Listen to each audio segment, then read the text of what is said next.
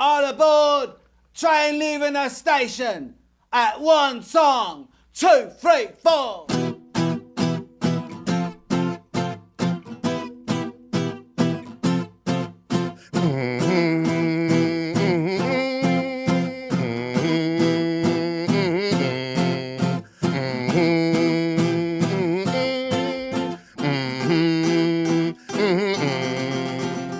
This is One Song, we're a music podcast, and today's one song was sung by The Clash. This is One Song, and we're not alone, cause joining us today is Fred Armisen. The soundstage is ready, the cam's zooming in, the booth is recording. Kevin Hart, you can come in, a scheduling error. Oh hey, we're still friends, cause One Song is starting and we are talking Joe Strummer, oh! Tapper and Paul and Mick Jones,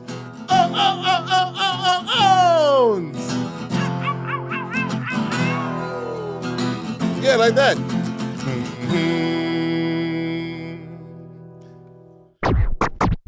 Luxury, today's song comes from a legendary British band that for many of us coming up at the time defined punk and punk music, even as they expanded the genre. That's right, Diallo. Today's song combines punk aesthetics and Jamaican rhythms to create an apocalyptic anthem that Rolling Stone ranked the 15th greatest song of all time. All right, all you listeners in faraway towns and all you zombies of death, who's calling?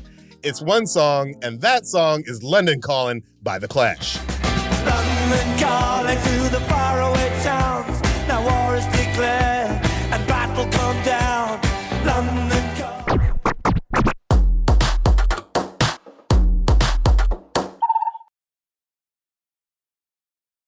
I'm actor, writer, director, and sometimes DJ Diallo. And I'm producer, DJ, songwriter, and musicologist Luxury, aka the guy who whispers Interpolation. And this is One Song, the show where we deconstruct and celebrate your favorite songs from the past 60 years in music history and tell you why they deserve one more listen. That's right. You will hear these songs like you've never heard them before. And if you want to watch One Song, please go to our YouTube channel and watch this full episode. And while you're there, please like and subscribe. All right, Diallo. So today, to help us break down London Calling by The Clash, we have a special guest. He's an award-winning comedian, actor, musician, and writer extraordinaire. His classic 11-year run as a cast member on Saturday Night Live, his two celebrated sketch comedy series, Portlandia, and documentary now. I have to ask you about that one. These and his many roles on TV and film have made him extremely wealthy. And I think a unique, unforgettable voice throughout comedy and entertainment. Please give it up for Fred Armisen, everybody. Thank you. Thank you. Good to see you guys. How much money do you have, Fred? A couple of billions? Oh, it's endless. Like the bank told me, they were just like, you know what? Whatever you think it is, it's great. We're good. We're all good. How many yachts can you water ski behind? How much is enough? I've lost track of all the yachts. Okay. Fair enough. I just want to say on a personal level, thank you because, and I don't know if you know this, but my show with my writing partner, Bashir, Sherman Showcase, probably would not exist in the way that it does without you. In the sense that I was watching the documentary Now episode that was, pretty much based on Stop Making Sense. Oh, yeah. The Talking Heads documentary.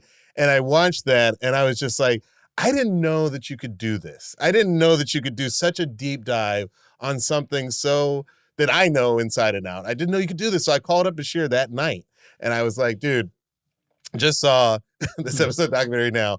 And I think we should go to IFC and pitch them a show that is essentially, somewhat similar, but it's all about Black music. And I was like, we can put it on the set of like a Soul Train type show so that the music performances are all baked in. Such a great premise. And just like every great show, comedian or all comedians want to be musicians, all musicians want to be comedians. Bashir and I had all these, songs that we had written for Jimmy Fallon that were not appropriate for Jimmy Fallon. They were not appropriate for NBC. Finally found a home for them. We were like, I think if they were dumb enough to say yes to that, we could do that show. And that's how Sherman Showcase got pitched to IFC. Well, great work. And I'm so glad. Oh, thank you. We were almost going to do a song with you. The schedules didn't quite line up. Do you remember the name? Was it like Richie Baton or something like that? Sort of like a boogaloo music. Right. Yeah.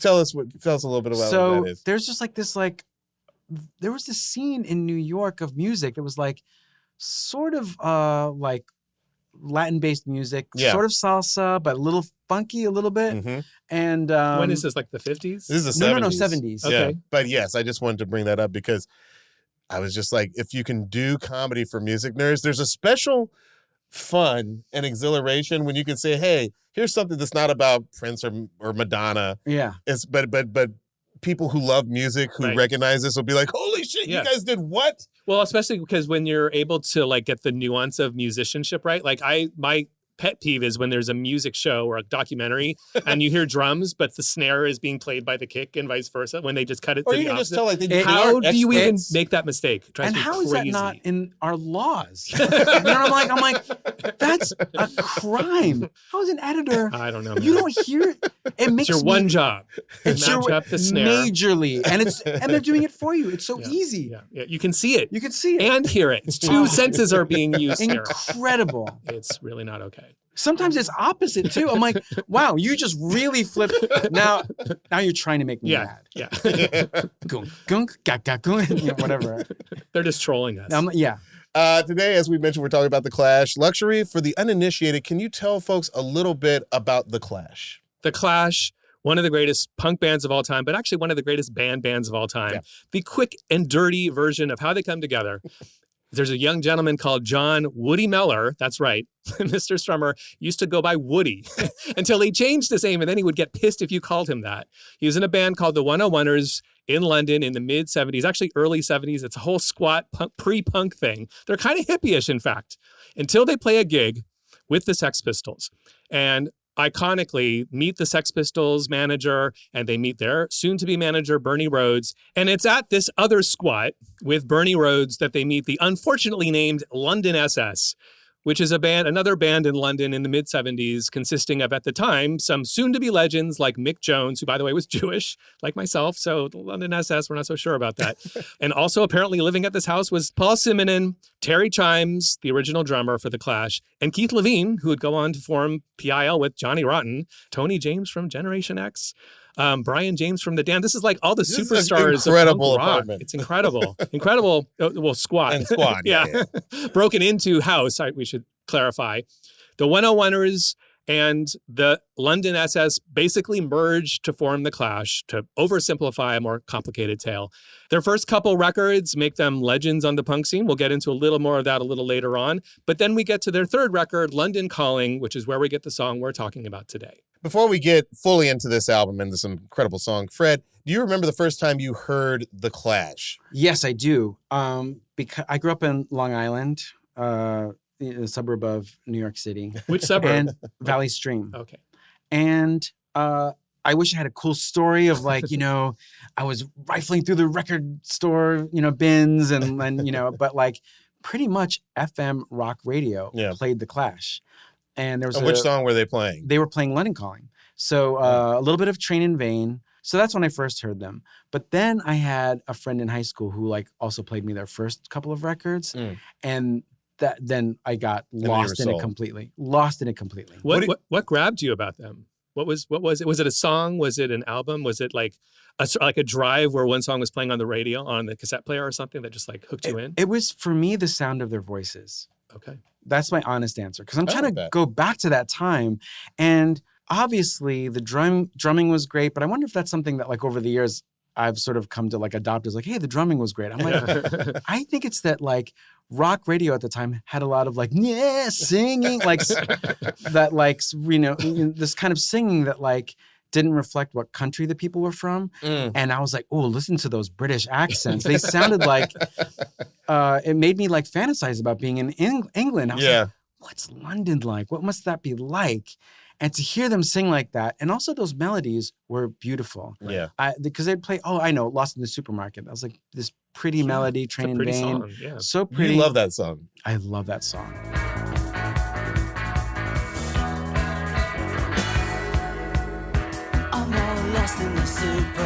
I think you might have told us while we were preparing this episode that might be your single favorite Clash song. That's my favorite Clash song, is Lost in the Supermarket. What is it about that song? There is something about the melody that gets me right away. It's like so like it's like, actually one of the softer. I don't want to say soft because that's no, it's like one of the softer Clash songs. It's not a punk rock song by any means. Yeah, it's like whenever Mick sings, there's like a sort of melody that happens. It's Yeah, like, well, right? the song starts with it on guitar. It's like Yeah. you immediately get this, which is a pop radio thing to do, like da da da da da da da da. Totally. And then the vocals come in and it mimics what you just heard, and you're like, I really like this melody. Yeah. It's interesting when you're saying it too, because like London Calling and Lost in the Supermarket and Should I Stay or Should I Go, like they all have this thing. Well, we use the word anthemic, this musically anthemic, but also there's something bumper sticker like about like having these song titles. For my entire life, if I'm in the supermarket, I'm thinking about the song Lost in the Supermarket. Yeah. But also when I'm having some confusion about deciding, which is sort of the category of, that I also think about Lost in the Supermarket. Yeah. And part of their genius is that lyrically they insert these ideas that just stay with you your whole life. And Absolutely. Kind of own them in your mind. Totally. Is it true that you got to see the Clash perform when you were a teenager? Yep. I saw them on their Combat Rock tour, Pier 48, I think it's called, in New York. And one of my first concerts, Mick, Joe, and Paul were in the band. They were back to their original drummer, Terry Chimes. It was incredible because there was some chaos to it, which I really liked. It was raining. And on that same tour, I went to go see them at SNL. I went to go see the dress rehearsal of them performing on SNL. And I really idolized them. And as a kid, or whatever I was, 16 or something, 15, they arrived in taxi cabs.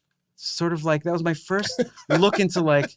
They're just regular Joes, in other words. Yeah. Not limousines. Yeah. And just the way that they were sort of like walking in and everyone was cheering for them was really nice. And at the end of the show too, Cosmo Vinyl, their roadie or tour manager, let everyone in backstage. So like we waited by the fence and he was like, all right, you, come on in. And I got to That had to be insane.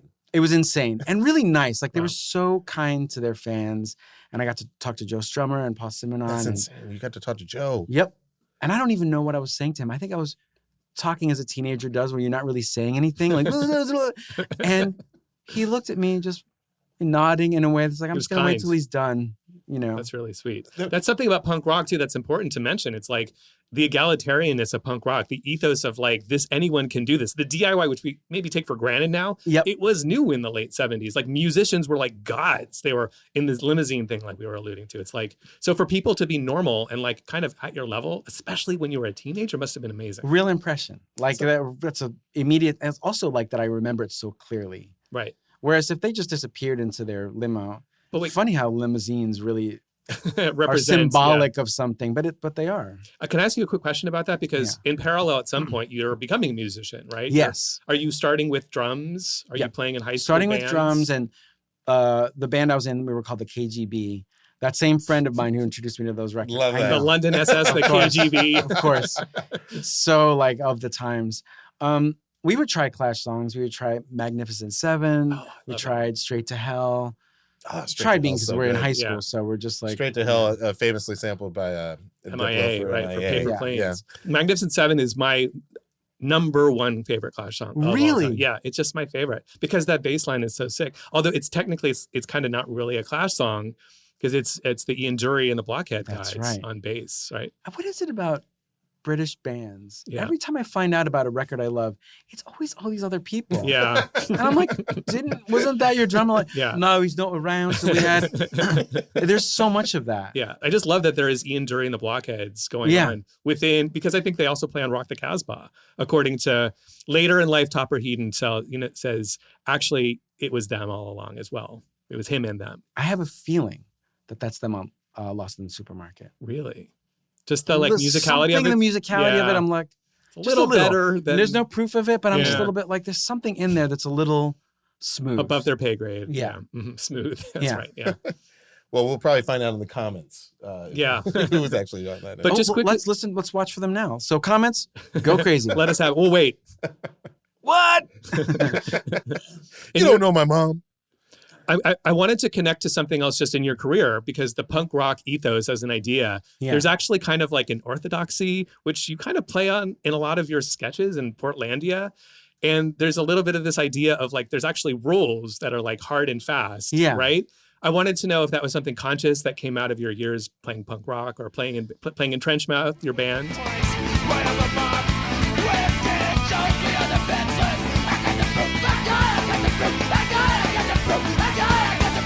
I think like it's more about when we finally write a sketch or put something out, we don't look for the perfection. Mhm. We're like, this is how it is right now. There's no ending to the sketch. Leave it. There's no joke. That was a lesson of punk rock. Just like it Yeah, can be a little messy. It's fine. It's immediate. This will be great. And even the way we started Portlandia was like, what, there's no point to the, like, it's more like.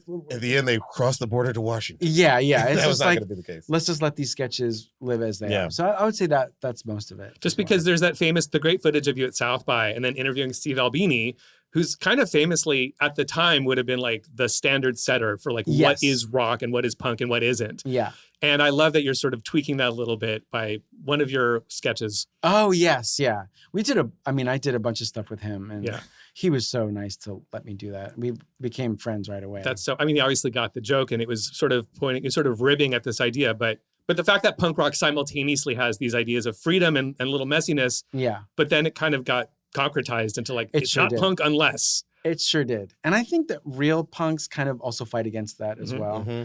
And when you listen to punk too, like there's so many different styles within it. Mm-hmm. I even think that London Calling is not quite a punk song. There's something. The case can be made.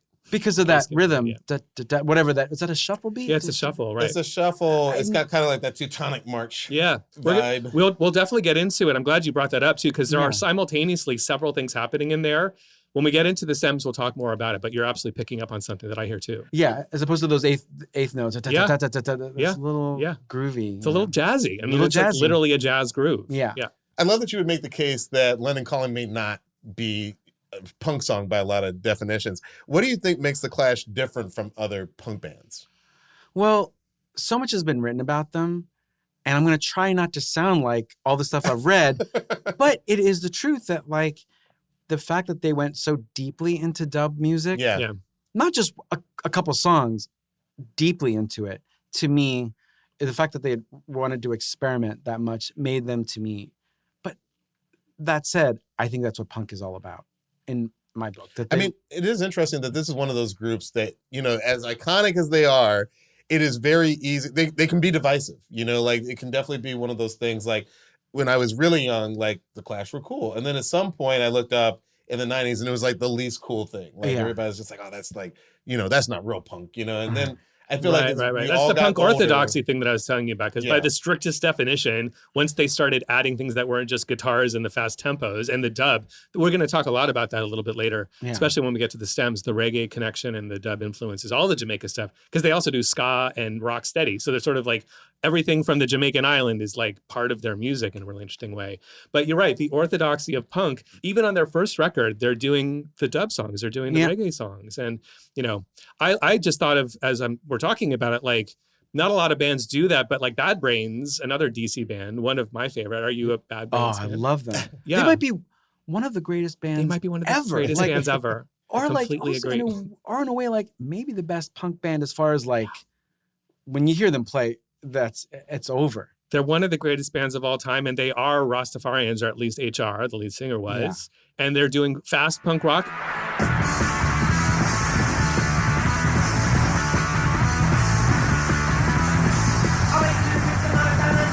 And then they'll just have a dub song. Real slow the tempo down, roots reggae in the middle of it.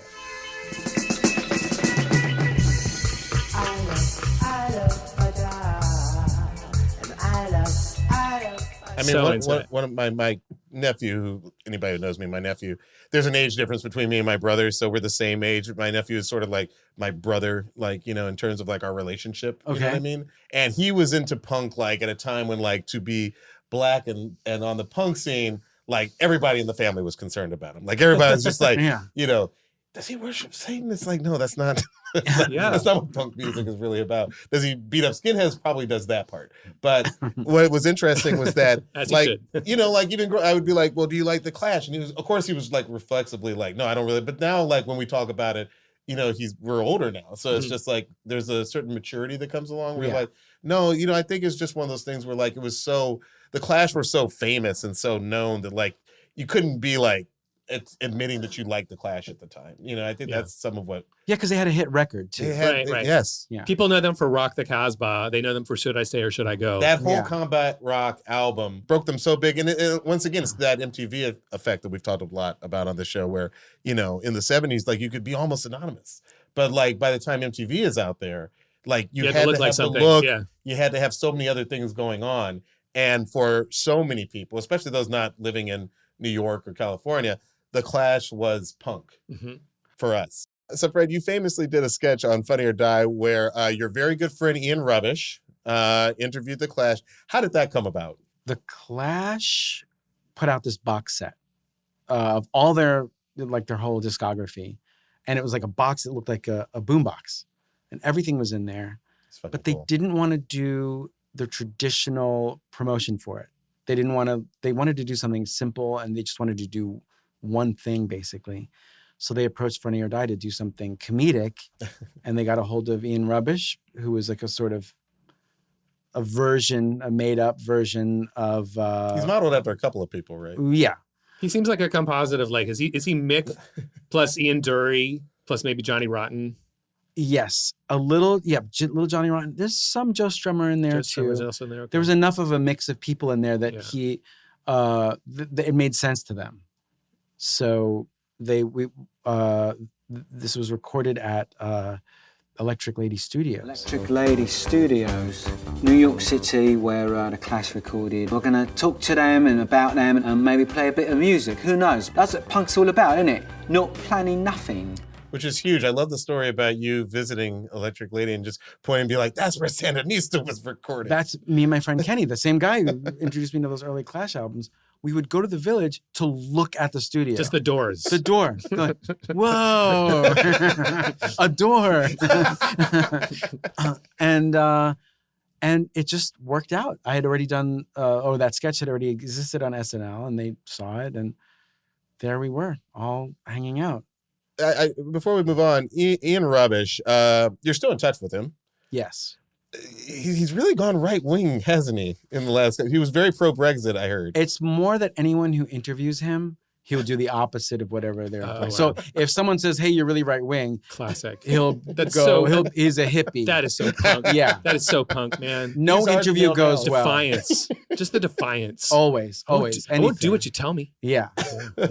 Anything. Sure. He will be on the opposite side, so that the poor journalist is like, "Oh my God, get me out of here." So we're going to talk about London Calling, the song, but I wanted us to talk a little bit about this album as a whole. Fred, where does this album stack up in terms of your favorite Clash album? It's my second favorite Clash there you go. album. Love it. And I love all their albums deeply. What's number one? Sandinista. Okay. Wow, nice. Sandinista is, because it's so long. It's 2 hours of music. Yep. It's insane. I have not gotten through the entirety of it because I bought it on vinyl. Yeah. Side 1's amazing. Side 6 is amazing because it's got all the dubs on it, but I don't think I've ever heard side 4, for example. But that's what music, oh my God, now I'm like lecturing. But that's what it should be like, where like one day you get to do it. It's a lifelong discovery. Yeah, I like things like that. Like, why does everything have to be like, I don't need it to be that immediate. Mm-hmm. So it unfolds over your lifetime. Yeah. One day I'll listen to side 4 of Sandinista, your favorite record. What song is your favorite song on Sandinista? Or what are your favorite songs? There's a song called Up in Heaven. Not Only Here is just, that's really pretty.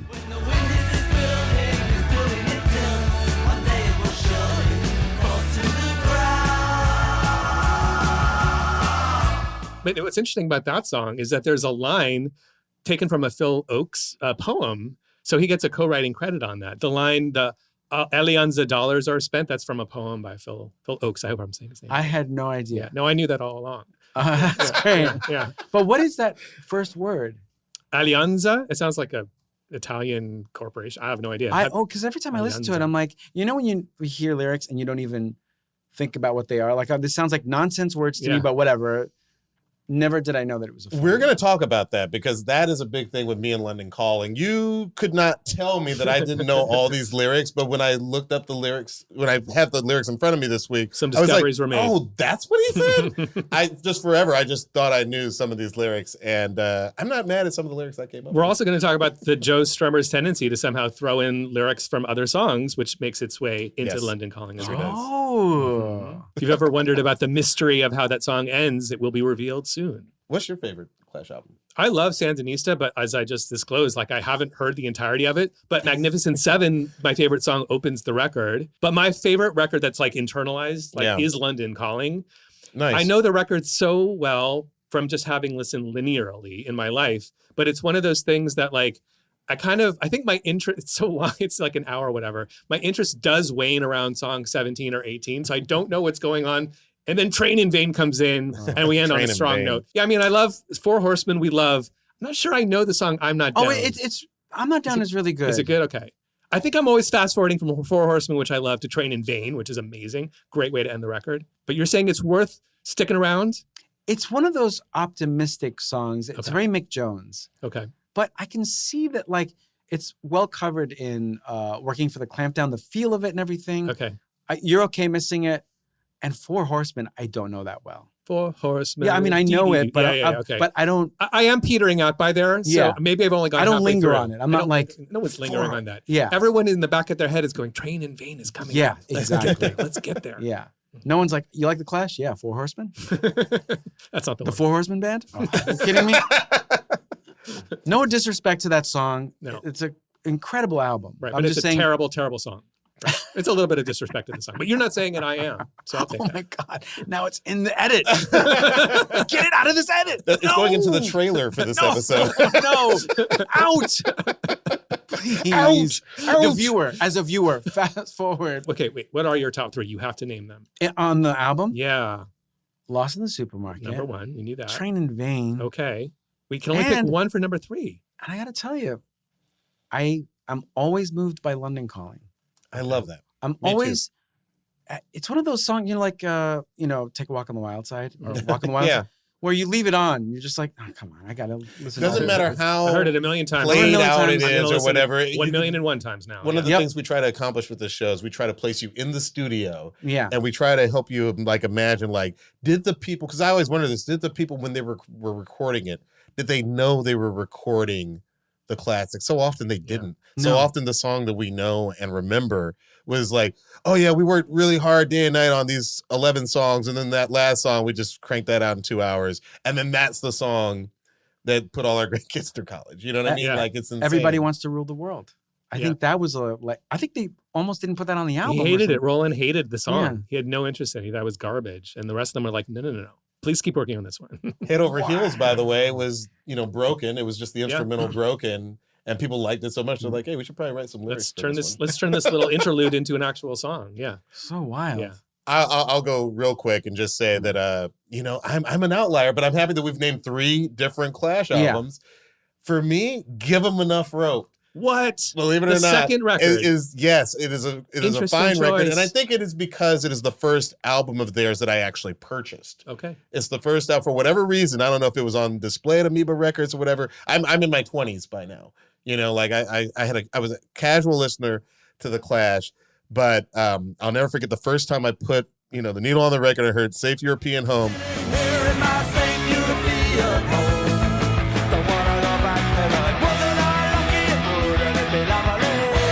Which I always interpreted as him being sarcastic. Yeah. The album's called "Give 'Em Enough Rope." I always loved the gallows humor of the Clash lyrics. That was always their big draw for me. Yeah. So just the title, "Give 'Em Enough Rope," I'm like, yeah, that's pretty cool. That's great. "Safe European Home." I thought it was controversial at the time. I didn't know all the lyrics, but I still stand by it. I mean, like, it's about when they went down to Jamaica to record an album, and he had a really tough time. Really? And he felt like there was a target on him because he said they were robbing the tourists.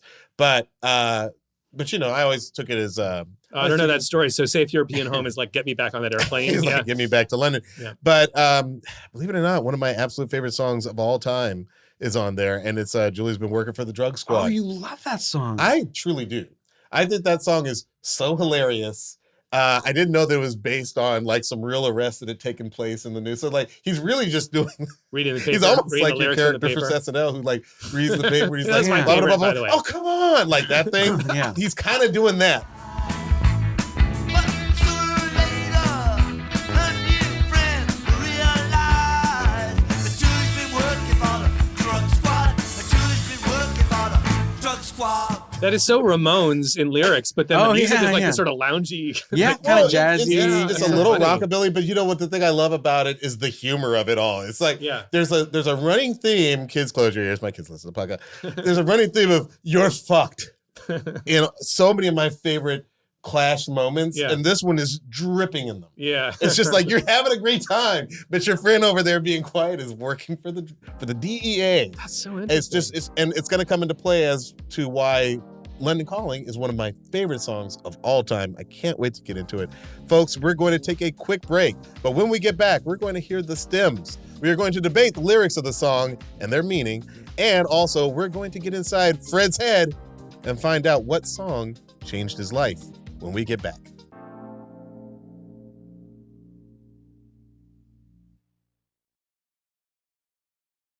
Welcome back to One Song Luxury. Before we jump into the stems, let's talk about how this song was made and how did the Clash handle internally the publishing splits? Okay, so this was originally, according to a bunch of notebooks, which have been publicly displayed at art exhibitions, and it's a really incredible thing to see the early lyrics to Joe Strummer's earliest ideas for this song. So it was technically, quote unquote, his song originally, but Mick also had some lyrical input. We'll get into that a little bit later. Mm-hmm. One thing we also know is that the title comes from the BBC World Service's radio station identification. Yes. Because Strummer heard it. He was born in Turkey and lived outside of the country. So they moved to England when he was at an early age, but there was traveling. His parents were diplomats. And so young Joe Strummer would hear this, and it inspired him in his later years. This is London Calling in the Overseas Service of the British Broadcasting Corporation. Before I read the news, we're broadcasting important messages to the masters of Norwegian and Danish ships from the British government. The way the posh people talk is so fucking irritating. But also they're literally broadcasting to faraway land. They're literally, I didn't even think about that. You're absolutely right. Yeah. Yeah. No, they're broadcasting to faraway land. So there's even a theory, do with it as you will, comment section, that they did sometimes talk about the underworld, but they were talking not to criminals, but they were talking to, that was their way of talking to like the French underground and people who were literally hiding out from bombardment. Good time to mention that, by the way, all four band members, and they are all included in the publishing split. So we have Michael Jeffrey Jones, which is Mick's full real name, John Mellor, Joe Strummer, Paul Gustav Simonal, and Topper Heaton. That's how he pronounces his name. So all four of them, these young British men, are growing up in England after World War II, where the shadow of the bomb, and like literally you walk down the street and there's entire areas, like buildings that don't exist anymore. So it's very clearly still in their blood as young men writing this song, even into the mid-70s, the shadow of the war, the shadow of destruction, the shadow of nuclear terror. We're going to talk about how the record got made. There's a gentleman named Guy Stevens who's credited as the producer, but there's some kind of crazy stories about him. Do you know about Guy Stevens? Only a little. Yeah. I've read that like he would like throw chairs around and really try to get everyone like going. He's the old school tradition, and he literally calls himself more Phil Spector than Phil Spector, of like just trying to like almost intimidate the band into feeling the energy. And it's not a musical producer approach. It's not like helping. He's not like doing any engineering or on the boards. He's just like standing in front of Joe or throwing chairs. Let me back up and just mention who this person is. This is a gentleman who in the 60s was one of these like 60s British scenesters that you hear about. He's a DJ in 1963 when that's like a new thing to even be. He has an R&B disc night at the Scene Club in Soho where he's playing Stax, chess, and Motown for mods. Whoa. Which sounds so freaking cool. I would love to have been there. Because members of The Who and the Yardbirds and the Stones and the Beatles famously all go to this in 1963. So he's like that guy. So long story short, this guy has this crazy reputation. Nobody wants to work with him anymore. But the Clash are like, in part, maybe to tweak their record label, we think. The Clash know about the reputation of Guy Stevens, and they want that energy. They feel some connection with him. And even with all of his like piano smashing ways, and apparently he pours a wine bottle on Joe Strummer as he's playing piano, ruining this Bosendorfer piano that Freddie Mercury had famously used. Every story about him is that he's insane, but the Clash adore him. And they bring him in to produce the record. but the production is all throwing chairs, pouring wine, and doing crazy stuff. Like violent attacks. Now, are these stories true? Do you believe them? No, actually, Topper Headon says, London Calling was a joy to Jew because Guy Stevens was a lunatic. He added the fire of magic. Look, when someone's swinging a ladder around you, you have to keep ducking, and the music is definitely alive. With stories like that, I believe it. Yeah, sure. But there's a legend that kind of comes, right? Yeah, because like you've been in a recording studio. It's so tedious. When is that time? Like, it's so, you're just going through it. Like, when does you come in with chairs? It's incredible that we have video footage of the band recording London Calling, and we have video footage of Guy Stevens with some of these insane chair stacking, attacking band member, stories that we've been hearing about. Whoa.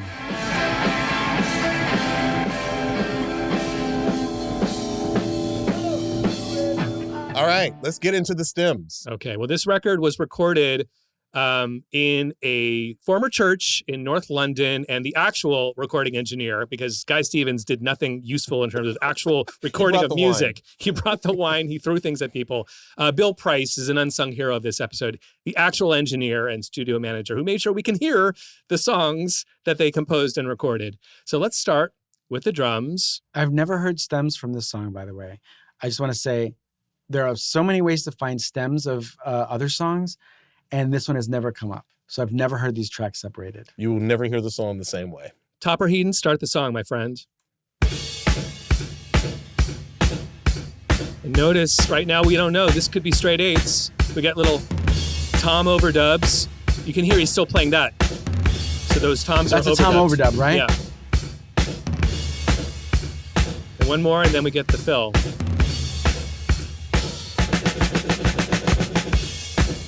And then he changes. Oh, you hear that hi-hat? You hear the 12/8 come in. Because prior to that, it wasn't 12/8. It could have just been a strict straight eighths the entire way through.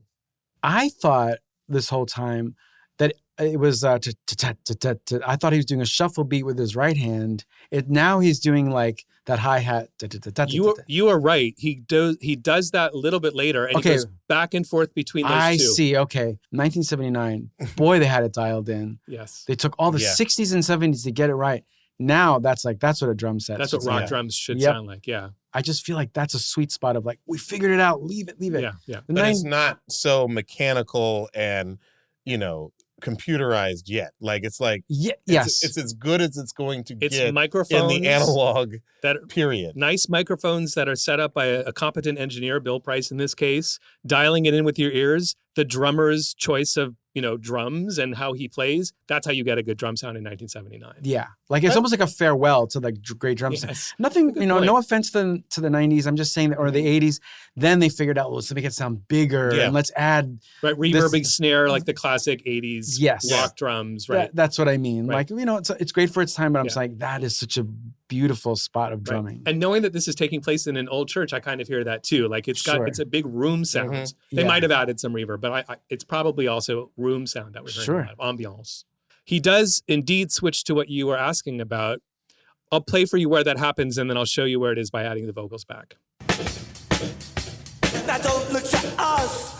Phony Beatlemania has bitten the dust. And then he does that a little bit. And when we get to the Ice Age line right now, it gets a little jazzy swing. The Ice Age coming. Yeah. That's so jazzy. Yeah. A little hi-hat. But he was apparently mostly a jazz drummer. Topper Headon is, so here's a quote from Paul Simonon. Quote, the glue that held it all together. Topper Headon's capabilities, especially with Joe and Paul Simonon, the bass player, were probably the least instrumentally, musically gifted, shall we say. Like the most punk is maybe the way to put it. Sure.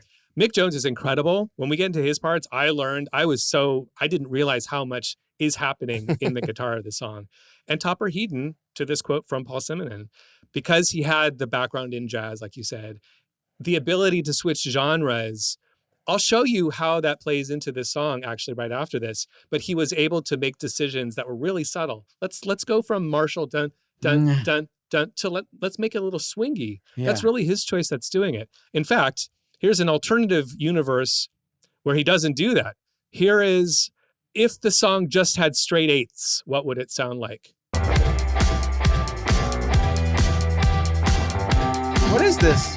This is like Kiss. This is a totally different band. I just put in this, I just replaced, for the sake of it being awful, I replaced Topper Heaton with this beat. Oh, Look, if you want it to be even worse, It's if like you a want it to car be even crash. worse, do you want to hear it with a house beat? It's even worse. Or is it, or is I it mean, awesome? if you put a I mean, Melissa's really rosé happy. in my hand and it's 3 p.m. somewhere, I don't know. That may not be horrible. or I Maybe feel like this is a Mick better Jones version. would probably like it in a way. He'd be like, Yeah. you know, like He yes, embraced all the he technology liked- in the dance and Yeah. big audio dynamite with Yeah. the aforementioned Don Letts. Yep. They got sampling in the mix. Yep. You're right. They might have liked that. Okay, so that's what it would have sounded like. Yeah. Thank God it didn't. Yeah. We have Topper Heaton to thank for making those subtle choices that give it that swing feel, that 12/8 feel. So quote from Topper Heaton, he goes, when Mick started playing the chords, so his decision-making process is great. Some really cool quotes I found where he like heard what Mick had written. It's in the rehearsal space and he's deciding what to do in that moment, freeze frame on that. He goes, when Mick started playing the chords, I played straight. You heard that, dun, dun, dun, dun. When Joe started singing, I added 16th notes with my right hand for some, quote, shimmer. And then in the Ice Age chorus, he, quote, added the swing thing. I love that because it really puts you in the drummer's throne of like, what should I play? Yeah. Right? Yep. And it really does like drive everything. Or it's It's a good, the choices Yeah, are incredibly the right ones. Yeah. How could the song not have a 12/8 time signature? No, But no. it's not built into any of the other instrumental parts. No. We got to talk about the bass. Let's talk about it. Let's talk about Paul Simonon, arguably one of the handsomest bass players ever to walk the earth. I'm just going to go out there and say it. Good looking dude. But he is absolutely He's a stunning man. He's gorgeous. a stunning, gorgeous man. Posture, dress style. The like- Ryan Gosling of and even punk his rock. hair back Yeah. then was like And a it's movie not star. irrelevant because like that's part of what you look for when you're starting a punk band because you don't have instrumental skill is secondary. Yeah. Do you have the look? Do you have the part? Are you a good hang? What is it? Three chords and an attitude? 3 chords and the truth. And the truth. Also that he's on the album cover. I mean, Right. he is gorgeous, and it's his whole. He's the one smashing Smashing Yeah. his bass. He Yeah. tells the story that was done out of frustration at the New York Palladium because he That's didn't feel right. like the audience was reacting enough. Oh, wow. Oh, I thought it was a technical problem with the actual bass. The story that I heard, maybe in the retelling, there's been some variations on it. But his frustration led to that moment, after which he immediately regretted no longer having a bass Yeah. to play the show. But there's, according to the NME photographer, Penny Smith, who photographed it, he broke his watch also in the smashing and handed it to her. So we know that he smashed his bass at exactly 10:50 p.m. Oh, end of the show. All right, Paul Simonon on bass. In the intro, he just does this really simple thing, mirroring what Diallo was doing at the beginning of the episode with his voice.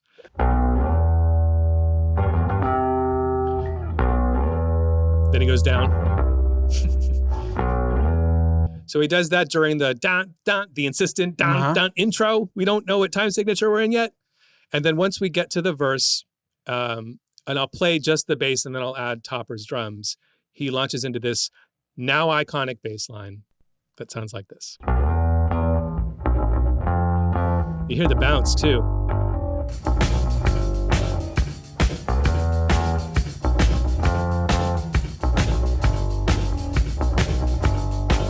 So one thing I want to say about this bass line, we were talking earlier about the reggae, the Jamaican music influence on this band. Paul Simonon says, quote, I wanted my bass line to be a big declaration. Here we are. So right out of the gate, one way he does that in a way that's really unique, but connected to Jamaica, is he talks about how his favorite bass player, my influence was, as he puts it, Leroy Sibbles, who is a legendary Studio One bass player and singer. He was in the Heptones. He was in the Studio One band. So many of those like classic Studio One Jamaican rhythms are Leroy Sibbles playing now iconic bass lines that for 50 years have been reused, have turned into like rhythms that get new, songs recorded on top.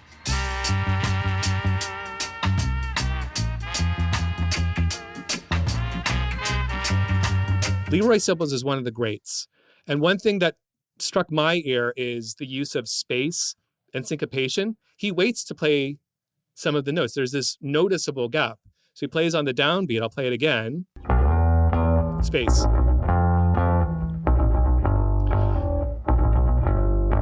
the mixture of space and then directly into those 16th notes da, da, da, da, da, da, is so Jamaican reggae. It's so dub. Didn't occur to me that there are those breaks, because like any bass player would just play all the way through.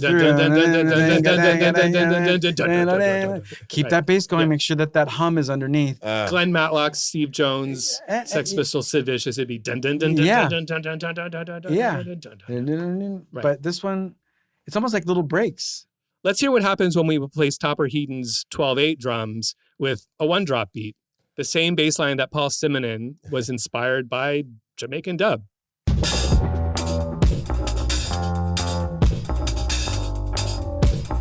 And you could even add in the guitars as is, because they're already skanking.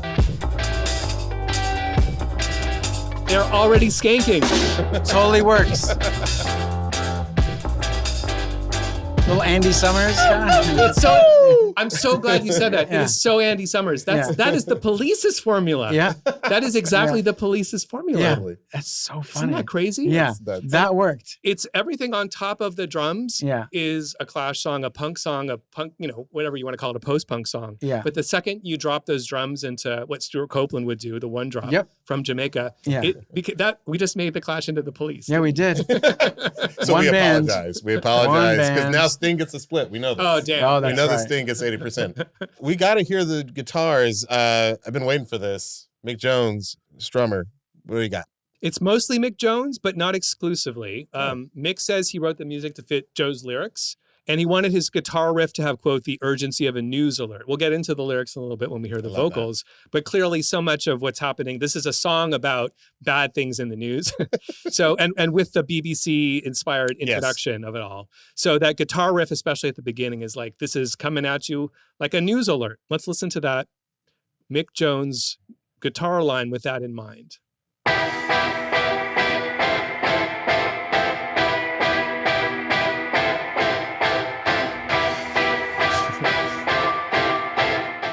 Wow. I have not heard that before. That 2 chords at the same time. Right. We were talking about this because we had to decide what to play for the parody song.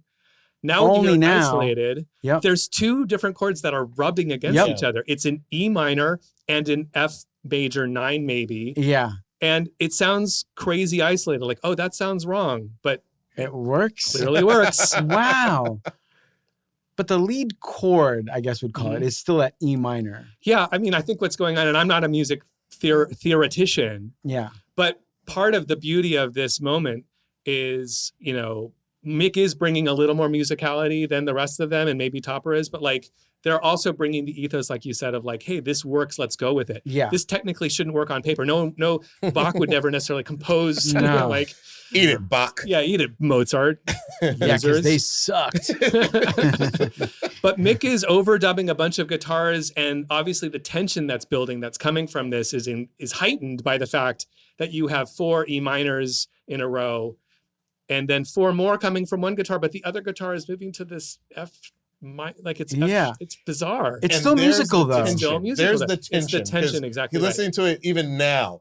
I feel tense hearing it. It's extremely tense. It feels like, ooh, something's wrong. Resolve me, please. Resolve me soon. It's urgent. Yeah. By the way, I want to add, it's also not, they also didn't go into, it's just noise guitar. Because like sometimes there's this other almost category of like just, jagged noise, which is great for its own thing. Like no, this isn't that. It's still sort of in this other middle ground. Right. Let's talk about the solo. Yeah, this I want to know about. Yeah. Because anytime any band has tried this song, this is an impossible solo to play. It's literally, you can't play it. Can't play it. No, because what he's done is he's recorded 2 solos separately, left and right, panned hard, and they're both reversed. So they're different reversals. It creates a sort of psychedelic sound collage, which we will now hear broken down and isolated. You can hear how Let's it happens. hear it. Here is Mick Jones soloing one of the 2 solos that get mixed.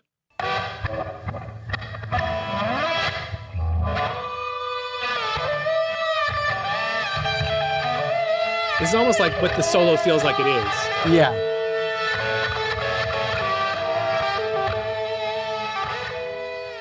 And since we have the power to do it, do you want to hear that forwards? I would expect that, by the way. Who knew that was in there? Honestly, I've heard this song how many times? Yeah. I never knew that it was a guitar playing backwards. This is what he played. Okay. And then this got reversed.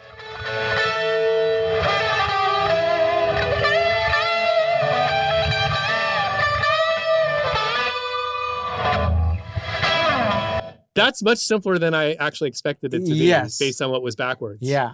By the way, how 60s of them? No, I was going to say, 60s of them. for a song that mentions phony Beatlemania. Yeah, I'm like, All right, well, the song didn't sing itself. I consider myself I'm just a fan of Strummer. I mean, like, I never obviously met the man. You were fortunate enough to, but like, there's something in his voice and his attitude and just the quotes that I've read where I'm just like, damn, that dude, like, that's the real guy.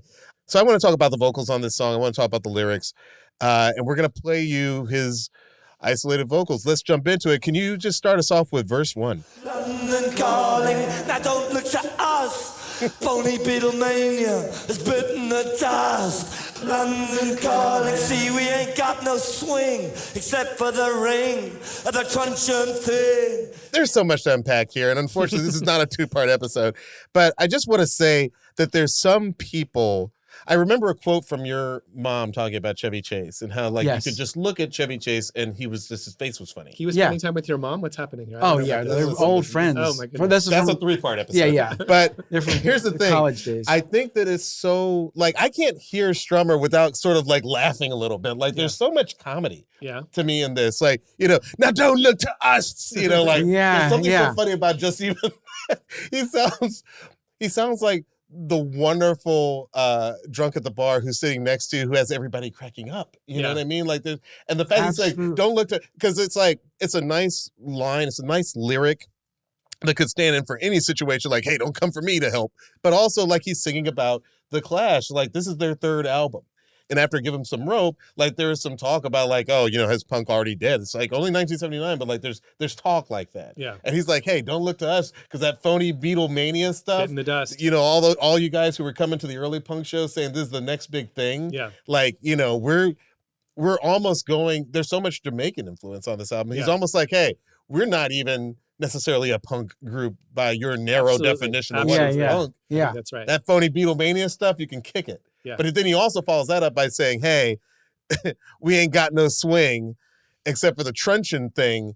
He's saying, hey, that swinging 60s London, like, you guys are crazy if you think that's what's going on in society. Yeah. We have riots in the streets. The truncheon thing being like the Bobby baton. Yeah, exactly. Like, he's like, we've got pure chaos. Yeah. This is London calling. There's a news report. There's pure chaos in the streets. We're going to sing to that.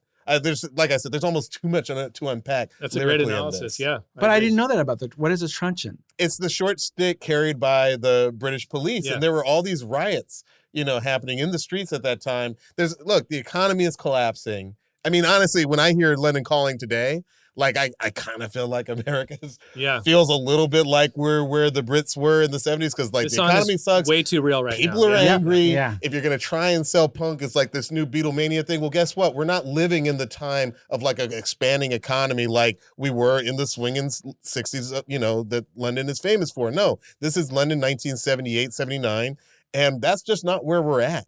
And I feel like they are speaking to the times that they live in ways that are, like, immediate.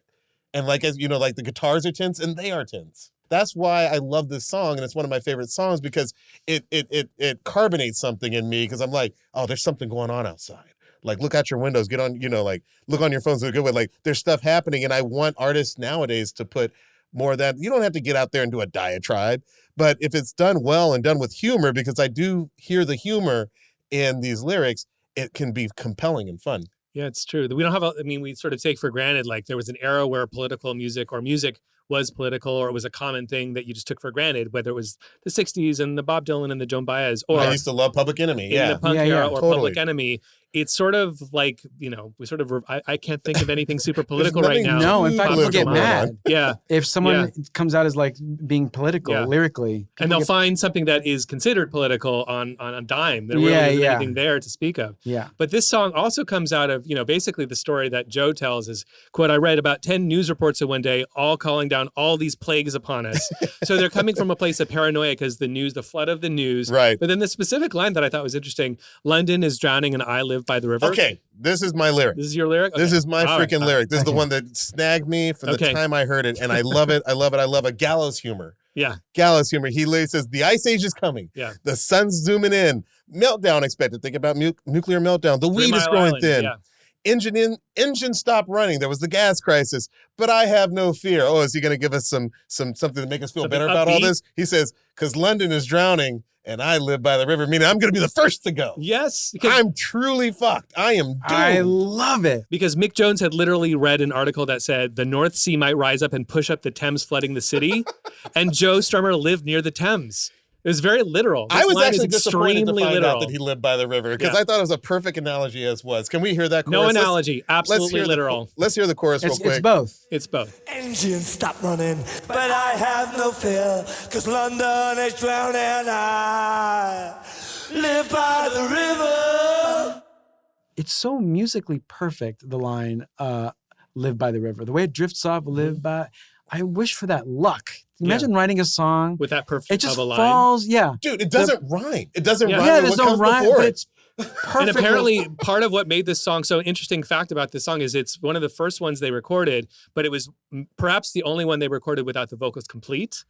So because he had those notebooks I alluded to, he was working through these lyrics for a long time to get them right. And he couldn't find a rhyme. Among other things, he couldn't find a rhyme for I Live by the River. He knew that he wanted that line in there, but he couldn't find a rhyme for it. So he left it as is. It never rhymes. But It doesn't rhyme. It's perfect that it sort of has an ellipses, ... Yes, implied. perfect. Yeah. We And should by all the be so way- lucky. Yeah. When we were writing our little parody for the top of the show, I tried to write something that rhymed with river, and I also could not come up with one goddamn thing. It's the Stand and orange. Deliver came up, Yeah. but like there was literally nothing else that would work. Oh, that's pretty good, actually. Yeah, That's we tried it, nice. but it didn't make a whole lot of sense. I have to say, at the very end of this song, he sings a lyric that I always thought I knew. It's the very last line of the song. He sings, I never felt so much alike. Now, the entire time I've been alive until this week, I just knew that he said, America's so much alike. Like, I thought that was brilliant. I thought What did you think he it was? sang a whole song. I never felt so much like and I thought he left it blank. Yeah. Oh, that's great too. Well, should we listen? Yeah. Let's hear it. I never felt so much alike. And it's interesting because he's singing those delays. He's like moving away from the microphone. Yeah. It's not a delay. You can tell because he kind of, at the last one, you can tell he was singing all of those up into it. What is the lyric? So the lyric is a reference to another song called Singing the Blues. Apparently a song that Joe Strummer liked and was a big hit song in his youth. There were 2 versions of the song that I'm about to play for you called Singing the Blues that went to #1 in the UK. This is one of those versions. This one's by Guy Mitchell. And so this is Joe Strummer with that line is alluding to this line from this song from 1956. Singing the Blues, Guy Mitchell. Well, I never felt more like singing the blues, 'cause I never thought that I'd ever lose you. So he tweaks the line, obviously. He tweaked the line, yeah. He tweaked the line, but in concert, he would sometimes use that original line and go into parts of that song. I had no idea. And that's what he's That's a beautiful singing at the little end of the reference. song. Yeah. I had no idea. It's amazing because now that sounds like a Clash song. Yeah, I mean, the Clash being so eclectic, you Yeah, can yeah. totally I never imagine felt that. so much like singing the blues. You could have told me that was on side 4 of San Denise. Yeah. I'd be like, oh, yeah, okay, I Yeah, knew that, yeah. sure. I can't believe it. That's so fun. So, Fred, this is the part of the show where we talk about the legacy of the song. What do you think is the legacy? What do you think about the legacy of London Calling? I think it gave bands a chance to think we can actually expand beyond what we're known for. Yeah. That's and I can't assume that for every band, but I think that was a little bit of like, oh, you're allowed to kind of, widen whatever perception you have of what you're supposed to be. For some reason, I also think it just became an emblem for the punk movement, or for the British punk movement, even though it's not particularly punk. Mm-hmm. For some reason, it became the sort of passport or calling card of like, this is what it represents. That It represents the era. I mean, how many movies have, if they're going to England in the late 70s, are they using this song to signal that? Yes. Right? It just exactly. sort of encapsulates Britishness, late 70s, kind of a counterculture, which may or may not be punk. But Yes. This is the song they use. And it's a good representation of what it has, the intelligence of the Clash and also like a little bit of the chaos, especially with that solo. So to me, that's what it's like, a good jumping off point. No, not jumping off point. It's a good representation in my opinion, of that whole era. Mm-hmm. And thank God for the Clash widening the palette. I mean, among a bunch of other bands, post-punk era music is my favorite. Punk was, though, at a certain point, an orthodoxy. And they were one of the first to smash the sort of expectations of like, well, 3 chords and the truth. And those 3 chords have to be these 3 chords and only these 3 chords. Yeah. And they have to be at this tempo. And we can't be like going halftime and bringing in Jamaican. They were the ones, they were, if not the first, definitely the biggest to smash that convention and say, no, we can have a more expansive palette. And then out of that, you get, artists like, American artists like Blondie that take in all these different types of genre, and then they sort of, and we were just talking during the break about Outkast. Like, I think great musicians are always like trying to, expand their genres to the point where Andre 3000 came out with the best flute album in my collection. So there you go. The best of all of your flute albums. All of them. Yes. Beat them all. Okay, Frank, before we let you go, we want to play a game with you. It's called What's One Song? Here are the rules. We'll give you a question, and you give us a one-song answer. And just answer as quickly as possible. Don't overthink it. I'll try to go fast. Your only wrong answer is pure silence. Let's begin. All right. What's one song you've been listening to lately? Had to Hear by a band called Real Estate. Okay. It's just I've been playing it in my car over and over. Are they a new band? I don't know them. They're actually newer, but maybe I think they've been around since 2009. It's not Sunny Day Real Estate. Nope. Just plain old Real Estate. Real Estate. Real Estate. Yeah. And that's my real answer, because I was thinking about being in my car. I'm like, I keep listening to Had to Hear. No, I love it. Yeah. What's one song you wish you played drums on? Golly Golly Go Buddy by Bow Wow Wow. Oh, yes. I'm the biggest Bow Wow Wow fan.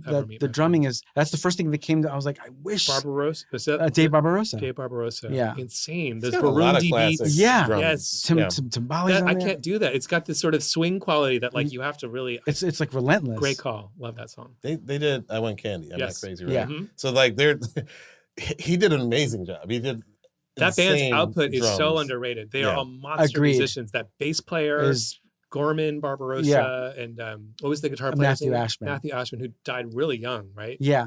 I always assume everything's ODs, and I Yeah. think he was sick. What's one song that you loved as a kid? The Candyman by Sammy Davis Jr. That's hilarious. That I is love amazing. that. That's a great one. I did What- not. I mean, my Like you were a brain just child, went to it. child. Oh, it's a child. Yeah. Yes. Yeah. How old were totally you? legit. Oh, I mean, 6, something like Would that. you like put Like the Handyman? 45 on your own little record? 45 on the record Yeah, player over just and over. over and over again. Yep. Needle drop. Yep. Just like Q-Tip. Absolutely. Oh, that was crazy. What's one song Ian Rubbish loved as a kid? Oh, I like a lot of old blues, Yeah. just in general. Yeah. Never actually bought any. No. It's a little Nigel Tufnell in there too, isn't there? What's one song that changed your life? Girl You Want by Devo. Yes. That changed my life. That's a great choice. Girl You Want by Devo was like, yeah, simple as that. And you played drums with Devo at SNL 50 concert. I sure did. Was that like a Insane. lifelong dream come true? This is how literal it was. When I was 14, went to go see Devo, bought a little ticket. And Which album or what tour? New Traditionalists Okay. at Radio City Music Hall. So I went to the place where I went to go see Devo. That's insane. Your and life played full with them. circle. Yep. I mean, I'll never get over it. Even playing with the Clash. Should all they that start stuff. with "We're Through Being Cool"? They wrote this other intro for their concerts, which was like a mix, almost like a Broadway show of all like a bunch of their songs. Like a medley. Yeah, like a medley. And then I think they go into a song called Going Under. I know going Going Under is one of my absolute favorites. Dude, that's when he and I DJ, I usually try mixing Going Under at some point. It's very fast, but it's so fun. Underrated as I'm like, It's come a on, great, that's great song. It's in a great episode of Miami Vice for those really paying attention. Oh yeah, it's got a usage in season 1. It's just epic. You can actually find it on Instagram sometimes. What's one song that you came up with up here that you wish you'd released? Oh, wow. You know what? My honest answer is everything that appeared in here got released eventually because it's through SNL, through SNL. Like, Portlandia, it's all sort of parody of genres. Uh-huh. And I got to say, it all made its way out there. That's and great. Thank goodness. Yeah, I really do feel like, nope, it went on TV. I'm good. Listen, most Devo fans don't end up playing drums with them at Radio City. Almost all of them don't get to do Almost, that. I would say, yeah. It's a very small number. Yeah. Most people don't get to meet, meet some of the people you've And met. the B-52s, right? Record Yep. some of Yeah. the songs that you've 52s. recorded. Do you ever just take a step back and just say, wow, this Pinchy, has pinchy. been insane. I am... Every day. Yeah. Every day I think, I'm like, I can't believe it. To talk to David Byrne, to hear David Byrne say Fred. Yes. Like, It's always weird, right? Yeah, like that's insane to me. And even getting to work with Carrie Brownstein, I Yes. love Sleater Kinney. And then this is going to sound corny also, but like to be on SNL, I'm like, Yeah. Not I corny at ended up all. on that We all grew up show. on that. And you got to be on it. Bananas. And you got to be come it. on one song too and meet us. This must be blowing your If mind. this airs, Oh, if this goes I out can see your there. lawyers lining up over here, and they're saying this is never going to air. Never see the light of day. I have an answer for this, Ian Rubbish one, because I think they like those guys like to pretend like they all have a surprising one. Mm-hmm. So for Ian Rubbish, it would be "The hills are alive with the sound of music. We're Really? spinning about. I love it." Finally, what's one song we have to break down on a future episode of One Song?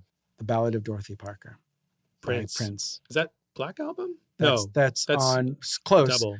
It's on Sign of the Times. Sign of the Times. Times, which is That's right. actually, I think, a really underrated Prince Such a album. great Oh, album. my favorite of his, but I can't figure out what those tracks are. You know what's crazy about that song is that Prince didn't realize that Dorothy Parker was a writer at the Algonquin. Like it was just a name he liked. Isn't that How crazy? funny! That's so artsy though. Yeah. It's like I don't know who that is. Well, they tried to talk, I think Quincy tries to talk Michael Jackson out of naming it Billie Jean. He's like, Mike, Billie Jean King is a there's a person tennis a lot player. of people know She's very about. famous. Yeah. He's like, no, I just like it. Those people exist outside of Yeah. pop culture. They just don't know. Absolutely. Fred, thank you so much for playing that game and spending some time with us. Sincerely, where can, this is a funny question to ask you, where can people find you? And is there anything that you want to promote? No, nothing I want to promote. I just love this show so much. Thanks for listening, Thank you man. so much, I man. love It's it. a lot. I Listening love and coming on. and watching it, and it's just incredible. There's so many. There's so many songs I want to put through here, but Well, we'd love I'll to have write you them back. down. It's an honor having you. We're huge fans of all your work. Oh, And loved likewise. having you on. Thank you for coming. As always, you can find us on Instagram and TikTok. You can find me on Instagram at Diallo. That's just 6 letters, DIALLO. And on TikTok at Diallo Riddle. And you can find me on Instagram at LUXXURY and on TikTok at LuxuryXX. And now One Song officially has its own Instagram account and TikTok account. Go follow at One Song Podcast for exclusive content, behind the scenes moments, and all the music debates that you've come to love. You can also watch full episodes of One Song on YouTube right now. Just search for One Song Podcast. Please like and subscribe. And if you made it this far, I think that means you like this podcast. So please don't forget to give us 5 stars, leave a review, and share it with someone you think would like it. It really helps keep the show going. Luxury, help us in this thing. I'm producer, DJ, songwriter, and musicologist Luxury. And I'm actor, writer, director, and sometimes DJ Diallo Riddle. And this is One Song. We'll see you next time. This episode was produced by Melissa Dueñez. Our video editor is Casey Simonson. Our associate producer is Jeremy Bimbo. Mixing and engineering by Eric Hicks. Production supervision by Razak Boykin. The show is executive produced by Kevin Hart, Mike Stein, Brian Smiley, Eric Eddings, Eric Weil, and Leslie Guam.